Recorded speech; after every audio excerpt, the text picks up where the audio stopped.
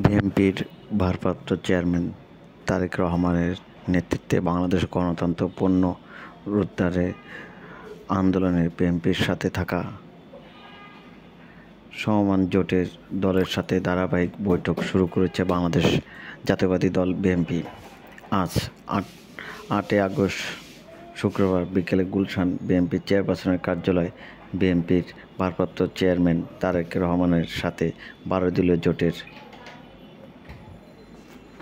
One জোট, LDP, labour party, liaison কমিটির বৈঠক অনুষ্ঠান হয়। এই অনুষ্ঠানের বক্তব্য রাখেন জনাব তারেক রহমান।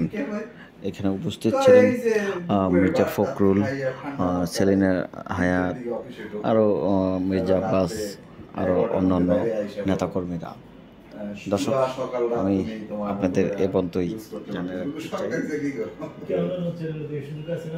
সেটা তো রেগুলার না, সেটা শিফট